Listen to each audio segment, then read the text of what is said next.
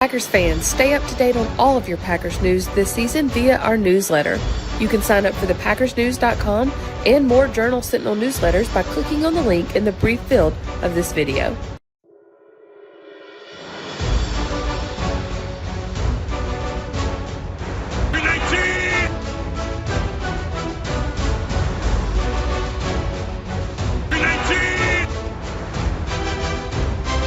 Hello, Packers fans. Welcome into the Green 19 podcast from JS Online and PackersNews.com. I'm Cassidy Hill, joined as always by Tom Silverstein and Ryan Wood here on a very short week, guys. Packers playing Thursday night football here in Lambeau versus the Tennessee Titans. That makes everything a little abbreviated and sped up as we head to week 11. Also got the first snow of the season here in Green Bay. Woohoo! Woohoo! Not excited about that. I will say, though, that unlike Matt LaFleur, I did get to sleep in my bed this week. I know, yeah. Matt LaFleur told us on Monday that he did not go home at all Sunday night. He just slept on the couch in his office, turned attention directly to the Tennessee Titans and that monster, he called him a creature at running back, Derrick Henry. And especially with the fact that it's going to be cold on Thursday night, you're going to see the Titans probably feed him just again and again and again. Speaking of first snow of the season, I didn't think about this being a big deal until I saw someone mention it on Twitter today, and I was like, oh yeah, I knew that. So Jonathan Abram told me on Sunday night after the game they're wearing their all-white Color Rush jerseys on Thursday. Oh, So- see, I didn't know that. Yeah, it'll be a nice little look against possibly snowy ground here in Lambeau. That'll be fun. Before we kind of get into the game, though, let's just stop and address the news that came out on Tuesday. The Packers waived Amari Rodgers and Kylin Hill. Amari Rodgers, you hate to say it for any guy, but the writing was sort of on the wall. He fumbled his fourth punt return on Sunday. That is now 2 punt returns that have turned into points for the other teams, and if the Packers had lost versus the Dallas Cowboys, you could have traced it back to that punt return fumble. That was sort of on the wall. Kylin Hill, little bit surprising. Spoon, I know you have more on that. I'll let you get to that. But those were both 2021 draft picks. Amari Rodgers, a third-round pick. Kylin Hill, 7th. So less than 2 full seasons. Kylin Hill coming off an ACL injury.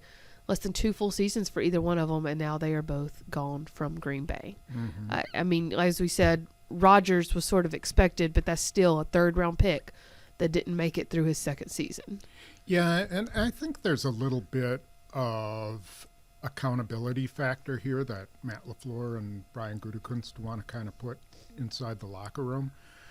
Amari Rodgers, by most accounts, was a great guy and not a locker room problem at all. But as his mentor, Randall Cobb, said, it's a production-based business, and you produce or you're gone. And it was time. They just might as well move on. And, for his sake, like Keyshawn Nixon was saying, some guys will just respond somewhere else better. Mm-hmm. And he said, I'm playing my best football in Green Bay, and I was in, with the Raiders for 4 years. So sometimes change is just what helps a guy. So, but he wasn't going to, think about the dark cloud that's following him everywhere he goes. Right. Fans, punt returns, whatever it is. It was the right move. I like how Rich Bisaccia put it yesterday. He said, I like Amari Rodgers a lot. He's a good kid. I like him a lot. Jersey number 8 has put himself and this team in bad situations. And at the end of the day, that's the cold, calculated business of the NFL, because it is about winning. Yeah. And when you've got a guy that can't do the basic part of the job, it means he can't do the job. So the writing was very much on the wall. Yeah, and with Kylin Hill, he's in the bottom, 7 spots in the roster, 5 spots in the roster. He's coming back from an ACL. I don't think they were just very thrilled with his comeback and what he had to offer anymore. And that happens. I don't think it was ACL related. I think it was just like another guy who needed a new environment. And Patrick Taylor, they'll bring up, I'm sure, is a better special teams player, very good special teams player. And maybe they want to look at Tyler Goodson. Mm-hmm. Maybe it's time to throw him out there. And now I don't know what he can do on special teams, but, if something happens to Aaron Jones, he at least gives them that second scat back kind of possibility. I mean, they really liked him in the preseason, and we saw why. He could do a lot with the ball in his hands. So there are options there for a third running back. And with the punt return duties, we expect them now to go to Keyshawn Nixon. I mean, that could still change, but on a short week, it's not like they have a lot of time to train somebody new. For that matter, though, Keyshawn Nixon's never really done it before. He said on Sunday that was his first time back there. I asked him something. In the NFL. In the NFL, right. Yeah. I asked him something today about punt returning, and he just shrugged and laughed and said, I don't know. Like, that was my first time doing it. I'm still figuring it out. Well, he certainly doesn't know that you don't field a punt at the 6-yard line. Right, and he said... He had a great quote about that, too. To me, too. I'm wondering if he told us the same thing. He told me, he said, I think what Rich was upset more about was me one-handing it when I was running. Oh. And he said, but I was going to make a play, so I was going to bring it out from the one if I had to, and he was just going to have to be mad about it. Yeah, he said, to me, he said, yeah, Rich is probably mad that I fielded it inside the 5, which is interesting that he hasn't even talked to him about it yet.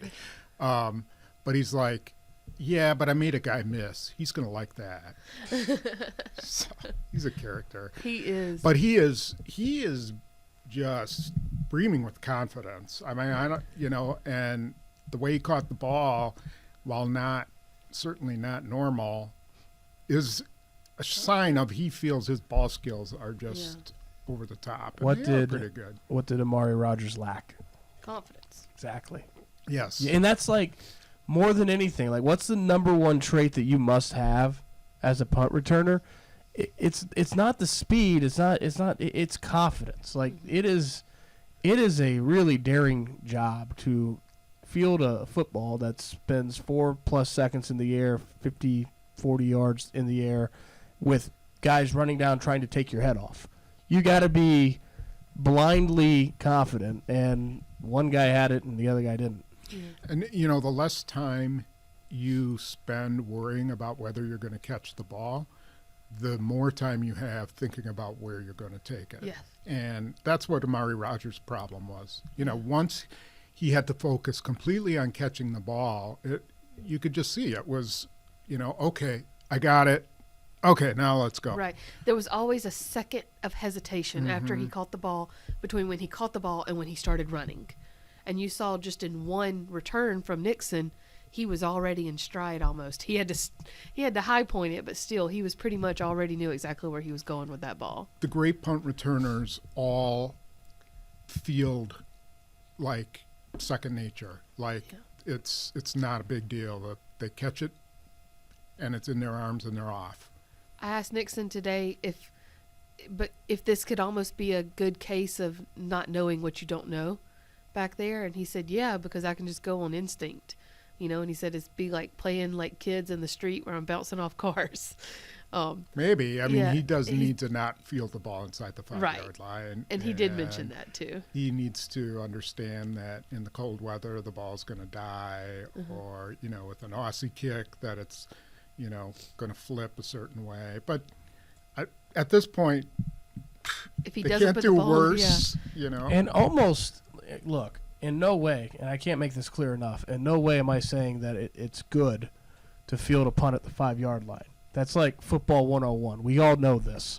But in some ways, like, it probably got their attention to see a guy willing to field the ball at the 5-yard line when the fumbles with Amari Rodgers are by far the biggest issue, or were the biggest issue, but it wasn't the only issue. Right. Yeah. Another major issue was the guy, when he did have a chance to actually return, he fair caught all the time. He didn't take what was there because of the confidence. I mean, the first punt return Sunday afternoon was really telling of the other issue. When the gunner ran past him, there was no one. He had a chance to make a return, and he couldn't get the ball. He bobbled the ball, and by that time, he only got a 2-yard return. That was when he actually tried to field the ball. So many times we saw him either run away from punts or just simply fair catch punts that were begging to be returned. To see a guy actually return it or field it when he's not supposed to because he has that kind of confidence probably got their attention because it was not just the fumbles with Amari Rodgers. Right. And that's why I asked Rich Bisaccia on Monday, is that one of the things you like to see back there with Nixon? And, as he's told us before, Nixon has a little dirt on the back of his neck. He does not lack confidence at all. Of course, they have a long practice day on Tuesday, essentially training camp sort of schedule with 2 practices on the Tuesday. And so Nixon will come out of it knowing a lot more if the job is his, which we presume it will be this week, and what to do on Thursday against the Tennessee Titans. Let's talk about the Tennessee Titans. When you talk about the Titans, you have to start with Derrick Henry. I mean, he is their offense. He is their game plan. Ryan, I'm going to let you get into Derrick Henry because I know you talked about that this week. But first, Spoon, let me just start with you. If you're the Packers offense and you want to keep the ball out of Derrick Henry's hands, that's a time of possession game. Do you just essentially can you do what you did versus the Cowboys where you have Aaron Jones and A.J. Dillon touching the ball 38 times? I seriously I guess you're asking me about the Packers offense. Yes. Can they control the time of possession? Can they run the ball like it's they going did to be versus hard. this Tennessee is the number 1 rush defense in the NFL, and they are really tough. I mean, they hit. And, I watched the Kansas City game, and they were punishing Kansas City anytime they caught a ball. They lost, but it was a tight game. And their pass defense stinks. So they're probably going to just roll the dice and say, go ahead, Packers, beat us in the air. And because you can't beat us running the ball. And it's going to be a great matchup from that standpoint. I asked Adam Stinovich this week, you look at the box score, and I think universally we can all agree that that's the blueprint, what they showed on the box score. That's what they have to do every week to be the best offense they can. Why is it not so simple just to do that every week? And the first thing he said was, you got to be able to run the ball. So it's almost a pre-qualifier that to do that, they have to be able to run the ball. Whereas I think that, what they did early in that Cowboys game, they would run the ball in 2nd and 8. Yeah. Like they would. It's a passing situation. They run the ball anyway, and they were daring them to pass, and they still ran the ball. Yeah, that's what they have to do. 8-man boxes like 60% of the time. Yeah, it can't be a qualifier of, okay, we can run the ball if we get production. They have to run the ball. You have to stay committed to it. You have to run the ball come hell or high water. It does not matter. You run the football, and they haven't gotten. Maybe against the Cowboys because they actually would run the ball on a 2nd and 8. Maybe they finally got there, but they've got to really soul out and commit to that. We run the ball no matter what happens. That is what we do, and we'll see if they can get there. They were running the ball in the 4th, down 14. Yeah. Because they knew they had to. Running the ball, of course, did open up the pass game for – and we understandably look at Christian Watson, but if you look at the box score again, like – the ball got spread around, too, especially between the 20s. I mean, Sammy Watkins had arguably his best game in weeks. Allen Lazard didn't get the ball that much, but when he did, it was for chain movers. Huge play. And he was open a couple of times in that game where if Rodgers spots him, I mean, the one that comes to mind is that sort of come back shoulder to Christian Watson.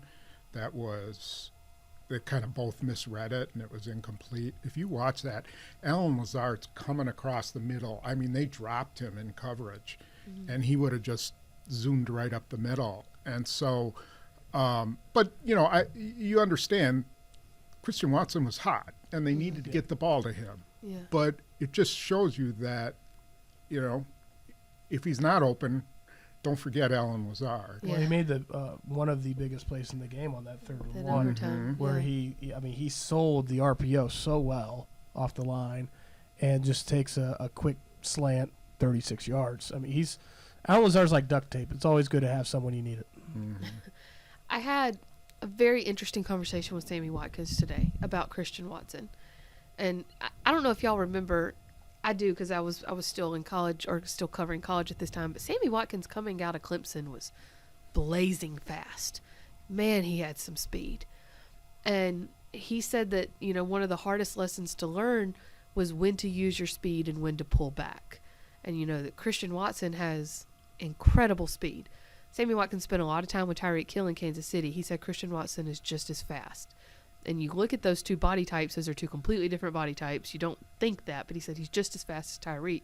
And he said, but what I and the coaches have tried to explain to him over this past week is, like, you can't go 100% all the time, because if you do, that's what causes the hamstring issues. And he said that's what caused his hamstring issues, was trying to go 100% all the time. And that, Watson will go 100% in practice, or put his speed at 100%, and coaches are having to tell him, like, pull it back, pull it back, pull it back. Because when you get into games, you're going to be adding 2-3 miles per hour extra just from the adrenaline. So essentially, your speed can be a positive. It can also be a detrimental if you don't know how to use it. Especially if you're in a game where there's 70 plays. Yeah. Or, if it's a 50-play game, it's not that bad. But you go into overtime, and it's a physical game and whatever. Yeah, you got to learn when to throttle down and when to go all out. And, he made the point, too. Christian Watson's 85% is still faster than a lot of guys' 100%. You know what I'm interested to see is if the Titans dare come up and just batter him at the line of scrimmage. Yes. Dallas did. I have to go back and look a little bit more. Dallas did play some press against him. But in college, all he faced was guys like 15 yards down the field. And I'm really curious to see how he would react. Can he get off the line of scrimmage against, some big physical guys who want to knock him around? And that was something I talked to Amari about today, still about Christian Watson. And he said, Christian is fast enough that if he can get off the line, if there's no safety help, he's going to beat the DB every time. Every time, yeah. But, he mentioned, Samari mentioned that 4th and 8 touchdown in the fourth quarter where Christian Watson split two defenders.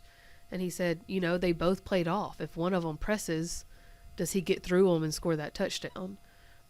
So he said, as long as Christian can keep working on his get-offs on the line, he's going to beat any DB once he gets past him. He said, but I imagine teams are going to start pressing him on the line more. You know what made and that if that play, happens, leave Samori Torre open. You know what made that play so impressive? Was the second touchdown, the 4th and 7, was they were in a trip bunch right, and the corner covering Watson was way inside, total inside leverage. Yeah. And it's a crossing route. So if you're crossing right to left and you're going against the corner that's inside, that takes away the route drawn on paper. You've got to be able to figure out a way to still get open. You watch that play, 3 yards downfield, he cuts it up vertically instead of carrying it across. He cut and runs behind the corner and cuts it up vertically, and then he carries it across.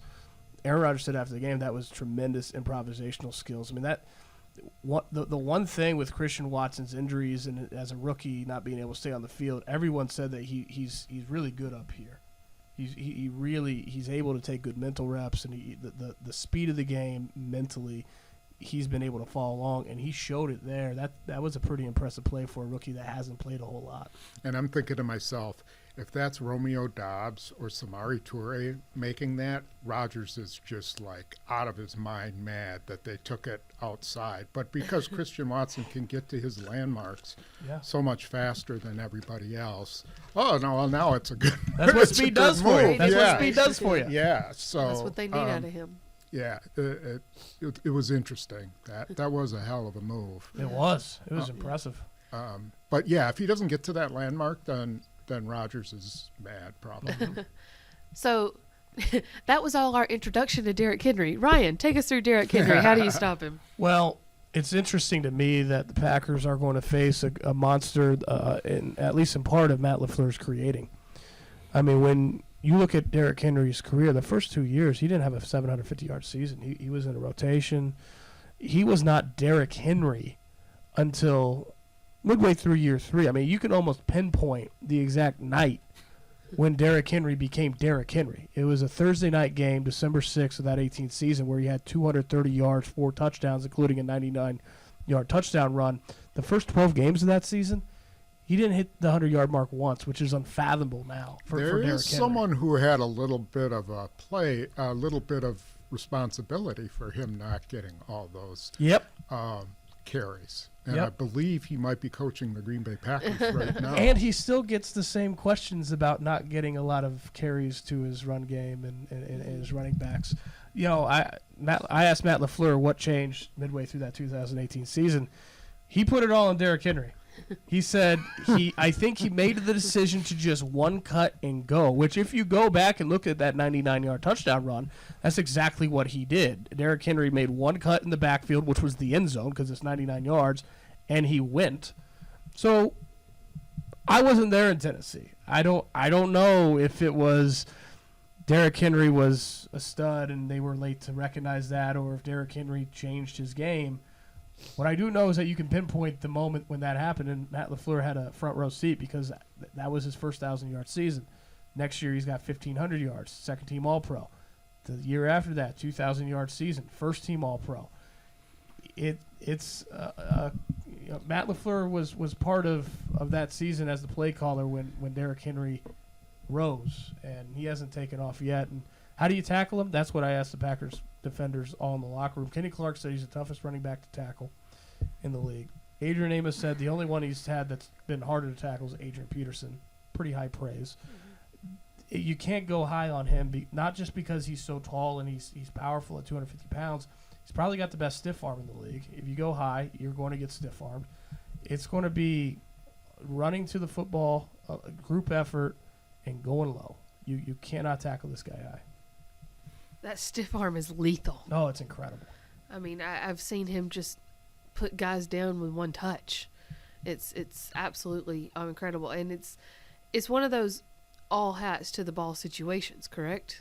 With Henry. That's how they held him last time. Yeah. They were everywhere, you know. They just and you know, if I'm Joe Barry, and I hate to keep telling him how to run his defense, but he really does need my help. Well, you have been helping him. I have tried the best I can. You're just a giver, Spoon. I know. I give and I give and I give, and you get nothing in return. Right.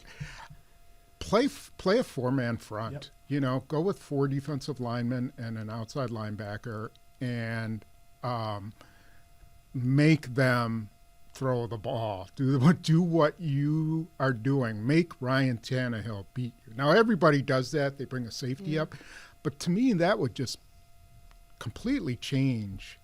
You know, I know they're not a 4-3 team, but go to a 5-man front or a 6-man front, I mean, and, you know, either if Devondre Campbell plays, bring him outside.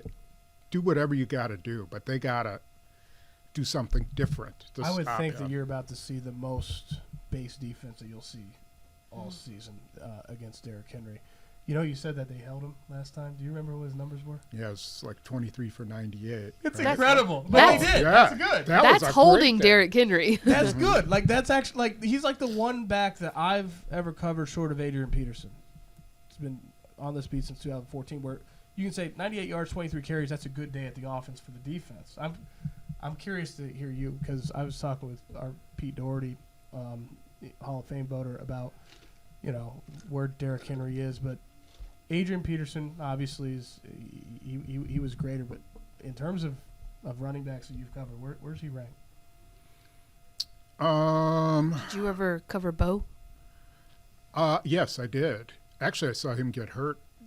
His first hip injury, I think, was against the Packers. No, no kidding. Barry Sanders was the best I ever saw. Okay. It was just nothing like watching Barry Sanders. I mean, it was just like, you know, the Benny Hill thing, you know, where Better than Peterson? I enjoyed Barry Sanders more. I don't think he was as good a receiver as Adrian Peterson, and Adrian Peterson got any kind of hole and he was gone. Great player. But I still like Barry Sanders. Emmitt Smith, I thought he was a product of a really good offensive line constantly. Derrick Henry, I mean, just from a pure power, he kind of reminds me of like the guys from the Browns, Kevin Mack and or Yeah, Ernest Biner, guys like that. He's a load. Time will tell us, whether he's a Hall of Famer. I think he's still got a little ways to go, but he is a talent. He needs to carry them to a championship game. Yeah, and I'm not it's a saying shame.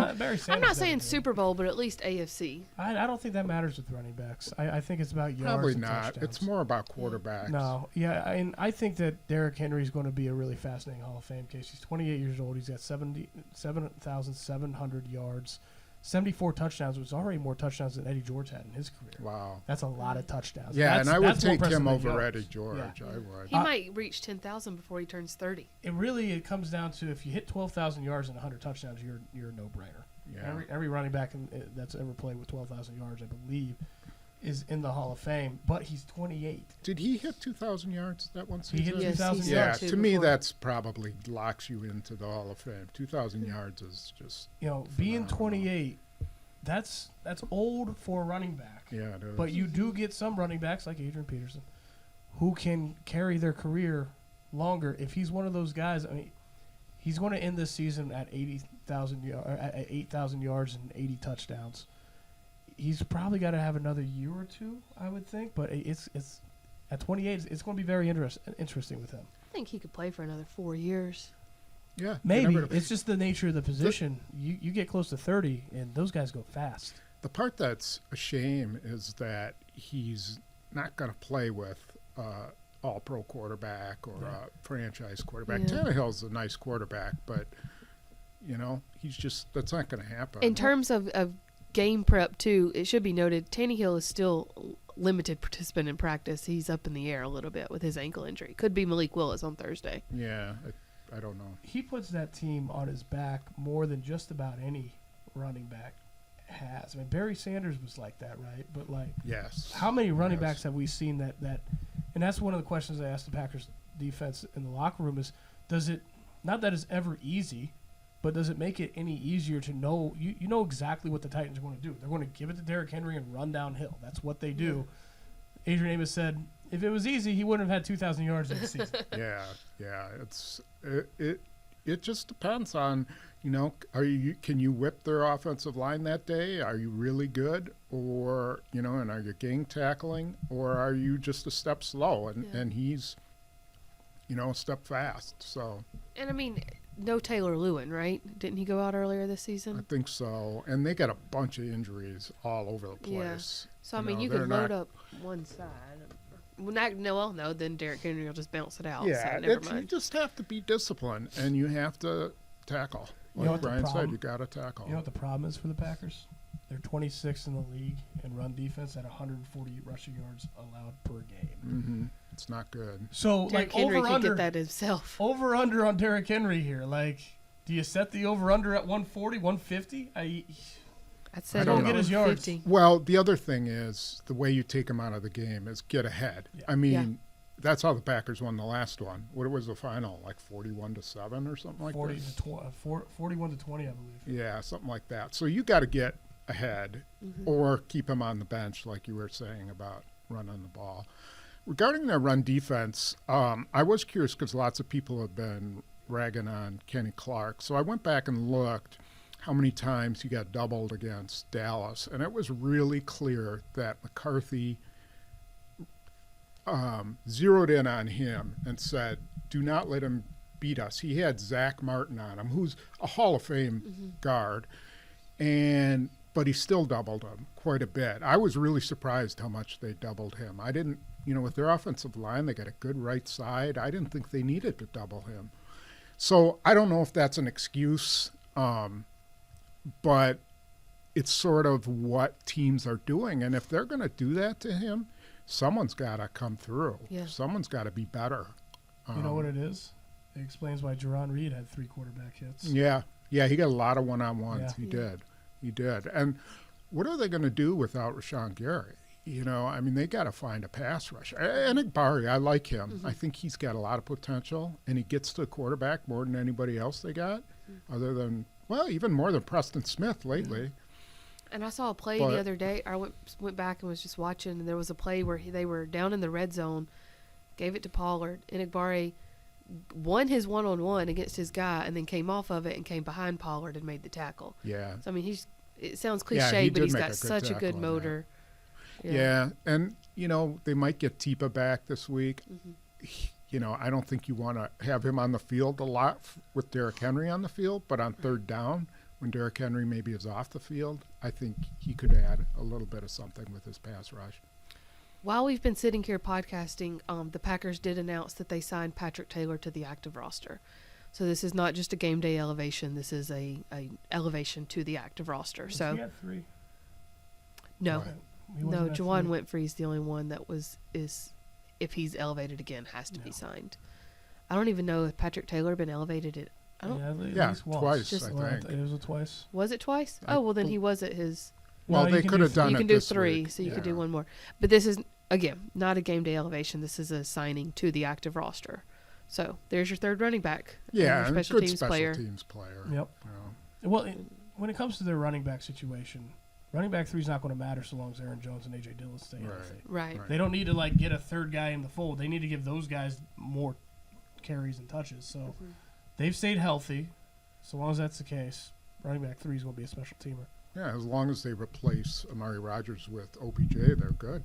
They're good to go, right? That's all they need for this season. God, I saw how much he's asking for, How much? and what was it for just this year? It was like $10 million this year. $10 million. He or can something? play like 2 games. I think it was going to end up being no. He wanted $14 million, and it was going to be because half the season's over. It'd be $7 million, and I'm like, I don't know that the Packers have that in cap room. Yeah. You're going to have to sign him to a multi-year deal, and I think now I see every time I don't see the Packers listed amongst the favorites. So But he did say this week that they've called. yeah, He they were named- going to check. No, they were going to check. I think OBJ named 3 teams, and the Packers were one of them. I'm trying to remember who the other 2 were. Giants and Bills, maybe? Brian Gutekunst calls just so he can say he called.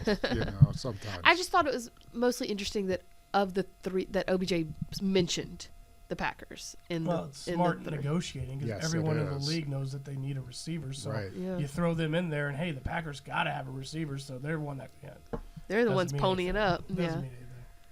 Yeah. This is such a random aside, but when we were talking about great running backs and I asked if you had ever covered Bo, Kroll's over here on the side of the stadium, the Kroll's have y'all ever been in there for a hamburger? Mhm. It's really good. They have this like huge dedication at the front of their restaurant to Bo Jackson with his Auburn jersey. And I asked the girl that first time I went in there, like, why do you have that? And she said, oh, well, he must have been a Packers player. And I went, no, he wasn't. He only ever played for the Raiders. But besides, that's his college jersey. And she said, oh, you know what it was? He went to Ashwaubenon High School. And I said, no, he didn't.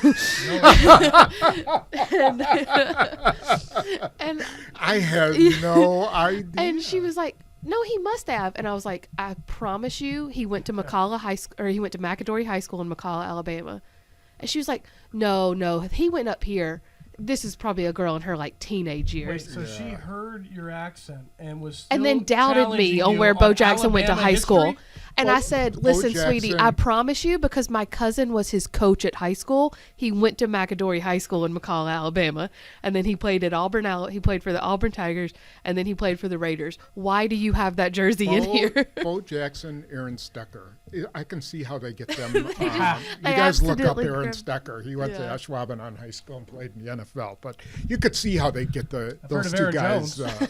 mixed up. It just blows my mind. And like, I don't even think there was like an autograph. You know, it wasn't even like, oh, he came in and signed something. Maybe the owner, or maybe he came in for a surgery or something with Dr. Maybe. Anderson. Bo Because knows a lot of Kroll's. famous people come. Bo knows knows Kroll's. Krolls. Yeah. That is true. Oh wow, that's good. They should put that on their sign. Okay, guys. Don't give me a score, but give me your prediction for Thursday. Ooh, this is a tough one. It really This is a is. really tough one. Gosh, it's only Because if Tuesday. you can stop Derrick Henry, the blueprint is there to win this game. But that, of course, is easier said than done. I think, I think it's a bigger challenge for Tennessee to come on the road. I know they're beat up. The Packers are fairly healthy. I think that's probably the number one factor why I might go with Green Bay. I'm kind of leaning that way. But Tennessee's such a tough team. That's what I'm going to be thinking about when I make that decision. But I'm leaning towards Green Bay. I have no idea. No clue. Do I have to? Can I just say I don't know? Is that good Sure. enough? Pick a 2020. Here's the thing for me. I think the Packers could win this game if they played like they did Sunday. No question. Yeah. If they play like they did Sunday, they will win this game. I've seen this team for 10 games. I can't, the law of averages. I can't in good faith predict that they're going to play the way that they have one time this season, a second time in a row. I just don't have the trust and the confidence. If they start building on that, and that's who they become, and they stick to that, the stick-to-itiveness, then okay, they can win their fair share of games on the way out, including this week. But until I see that, I can't go there. It's hard, and this opportunity. This is their opportunity to get back in it. Mm-hmm. So, Yeah. if they win this game, then they got 10 days to get ready for Philadelphia, which just lost at With home. a blueprint now to beat them. Yeah, sort of, and Well, yeah. And they're Let me not rephrase juggernauts. that. The Eagles aren't. They're 8-1. They're No, not juggernauts. they're good. They're They're really They're good. not I was juggernauts. about to say, never mind on the blueprint. Turning it over 5 times ain't going to happen every time. Yeah, I mean, as I said after the game, it's every team in the NFC is flawed. Except maybe you're right. Maybe it is the Vikings who aren't flawed. The But most talented. I They're went also the back to- Vikings. I went back to your article because I was going to share it after the Philadelphia loss last night. Like, oh, look at Spoon's article from Sunday night. And in it, you said every team in the NFC is flawed except for the Philadelphia Eagles. no, I said they are the least Least flawed flawed. of all the teams. Oh. And I don't know. Jalen Hurts, Super Bowl quarterback. Yeah, I don't know. I agree. I There's don't just see it. nobody who's Yeah. you go and It's like the "Ooh, AFC boy, last you year. got to beat these guys. I think you still in the AFC you still have to say Buffalo and Kansas Right. City, even though Josh Allen's not I'm playing saying that last great. year's AFC, at this point in the season, you didn't know who was good. It wasn't until later in the season that you really felt confident in the Bills or the Chiefs. Yeah. And so that's kind of the NFC Well, this year. Cincinnati was. When did Cincinnati take off? Not till late in the It was late. year. Later. You remember week 5 they lost that wild game. Yeah. Yeah. I just, it's right there for them. Now here's what's interesting is Washington winning is bad for the Packers because they're at 5-5. Yeah. That Washington loss looks a lot better now. You That needed than the it did at the Chargers. time. You needed the Chargers to beat the 49ers, But which Washington didn't might happen. be in it. So Right now, every team in Washington the is in it. right Yeah. now every team in the NFC East would be in the playoffs. Yeah. And it's remarkable that the Packers are in second place in the NFC North at 4-6. Detroit all of a sudden is hot. They've won 2 straight in the division. We spent a lot of time all season talking about how the NFC is just not top heavy at all. But do you know what happens in a conference that's not top heavy? There's a lot of crowd in that fringe area. I mean, there's a lot of crowd. There's a lot of teams there that the Packers, digging themselves out of this hole, have to sift through. And it's going to be tough. The NFC East will eventually eat itself. Yeah. The problem is they don't have signature wins against NFC teams. So they Yeah, the beat Bucks is not a New- signature win anymore. Yeah, it'll help them if the Yeah. Bucks don't win But they're their going to be a division winner. Yeah, they might be a division winner. I mean, they have to. If the Packers have any chance, beating Philadelphia would certainly help, but they don't have to. But they got to beat Minnesota, and they got to beat Chicago, and they got to beat Detroit. I mean, they have to take care, and they got to beat the The Rams. Rams. They got to beat the Rams. That's the most important one because that could be a wild card. Yeah, I mean, Tiebreaker. they have to take care of those NFC games, and those aren't going to be easy. Chicago down there is going to be a rough one, and of course Minnesota will be a tough one here. So there's a lot of football to play still, Cassidy. They've got 7 games left. How many losses can they afford? 2. I would say, yeah, it could be to Because then they would 9-8. finish 9-8. Yeah, I think that would be. And it would help if that's against Tennessee and Miami. Or I think it would help more if it was against Philadelphia and. Oh, you're talking about the losses. Yes. That would help. But if you look at it realistically, losses, all right, at Eagles Sunday night. And then they almost have to split the Vikings-Dolphins game. Because I think the rest of those games they can win. But those are going to be Rams here at home. They should win that game. Titans. Late December game. They can win that game. But here's the problem with 9-8 is that crowded fringe playoff field, and to your point, not having a lot of wins against the teams that they're competing against there. That's going to. I don't know if 9-8 does it. And what if we're sitting here Thursday night and they lost to the Titans? So are they done? Well, I already said they're done, so. I don't think they're done if they lose to the Titans. I already said I think they're their done. I'm only sticking to way it. to come back would be to beat Philadelphia. Yeah. Well, yeah. Yes, that's the qualifier there, is that if they lose to the Titans, they still have to beat Philly. I just felt like they had to split these games, and they at least got one win under the belt with Cowboys. I think you both said that, didn't you? I will do a lap around Lambeau Field in January shirtless if this team makes the playoffs. I don't see it happening. Mark it here. This I'll is when do he it. said it. I'll do it. We don't have to I could be watch wrong. though, right? I could be completely wrong, but they dug themselves a really deep hole. Yeah. Yeah. I'm not going to take that bet. Yeah. I'm not going to You say have fun. I'll Go on, run man. around if Go they on, do it. No. Let us know how it goes, Ryan. Yeah, right. It's nothing against Packers. It's just math. It's just math. I asked Alan Lazard last week if he has started doing playoff math, and he said, I play football. I don't do math. Yeah. I don't do math. Yeah, I don't do math either. I had struggled with a simple math problem the other day.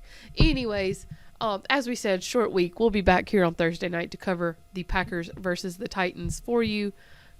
Win or lose, we'll have it covered for you from beginning to end. So stay tuned to PackersNews.com for full coverage. Make sure to follow Spoon's live blog before and during that game as well. Thank you as always. This has been the Green 19 podcast from JS Online and PackersNews.com.